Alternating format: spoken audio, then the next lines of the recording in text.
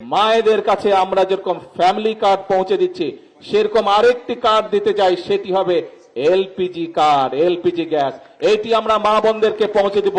2-4 মাসের মধ্যে ইনশাআল্লাহ বাংলাদেশে অনেকগুলো বন্ধ হয়ে যাওয়া কলকারখানা আবার চালু করা সম্ভব হয়, যার ফলে অনেক বেকার যুবক নতুন করে কর্মসংস্থানের সুযোগ পাবে। প্রিয় ভাই বোনেরা, আমরা বলেছিলাম মা বোনদের যেরকম শিক্ষার ব্যবস্থা আমরা ডিগ্রি পর্যন্ত থেকে শুরু করে উচ্চতর পর্যন্ত আমরা ফ্রি করব, একই সাথে উপবৃত্তি দিব। আমরা যেরকম ঠিক একইভাবে আমরা বলেছিলাম এই মাদেরকে শিক্ষার পাশাপাশি স্বাবলম্বী করার জন্য আমরা ফ্যামিলি কার্ড দিব মা বোনদের হাতে। বিশেষ করে যে সকল মায়েরা, যে সকল বোনেরা পরিবারের প্রধান, সেই নারী প্রধান পরিবারের হাতে, পরিবারের প্রধান নারীর হাতে আমরা ফ্যামিলি কার্ড পৌঁছে দিব। সেটারও কাজ আমরা শুরু করেছি।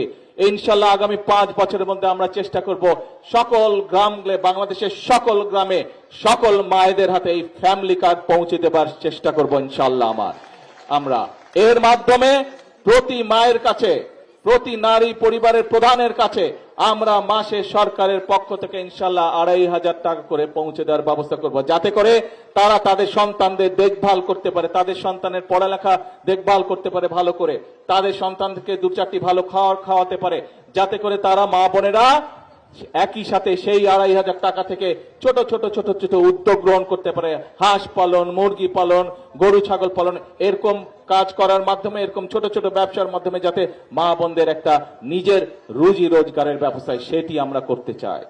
প্রিয় ভাই বোনেরা, আমরা 2 দিন আগে আরেকটি সিদ্ধান্ত গ্রহণ করেছি।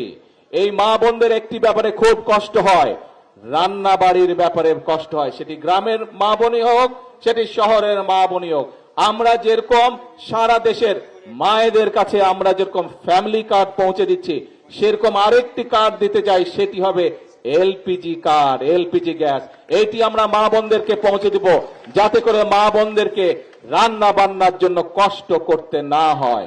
প্রিয় ভাই বোনেরা, আমরা বলেছিলাম যে বিএনপি সরকার গঠন করলে কৃষক ভাইদের জন্য আমরা কৃষি কার্ড দিব। কৃষক ভাইদের আমরা 10,000 টাকা পর্যন্ত কৃষি ঋণ যেটা আছে সেটা আমরা মওকুফের ব্যবস্থা করব। আল্লাহর রহমতে আমরা সেই কাজে শুরু করেছি এবং সরকার গঠনের প্রথম 10 দিনের ভিতরে আমরা কৃষকদের যাদের 10,000 টাকা পর্যন্ত কৃষি ঋণ ছিল তাদের সেই কৃষি ঋণ আমরা মওকুফ করেছি। প্রিয় ভাই বোনেরা, আমরা বলেছিলাম দেশের বিভিন্ন জায়গায় বিভিন্ন মিল কলকারখানা বন্ধ হয়ে গিয়েছে। এই মিল কলকারখানাগুলো বন্ধ হয়ে যাওয়ার কারণে বহু মানুষ বেকার হয়ে গিয়েছে, বহু যুবক বেকার হয়ে গিয়েছে। আমরা বলেছিলাম এই কলকারখানাগুলো চালুর ব্যবস্থা ইনশাআল্লাহ আমরা করব। আমরা সেই কাজেও হাত দিয়েছি। আগামী 2-4 মাসের মধ্যে ইনশাআল্লাহ বাংলাদেশের অনেকগুলো বন্ধ হয়ে যাওয়া কলকারখানা আবার চালু করা সম্ভব হয়, যার ফলে অনেক বেকার যুবক নতুন করে কর্মসংস্থানের সুযোগ পাবে।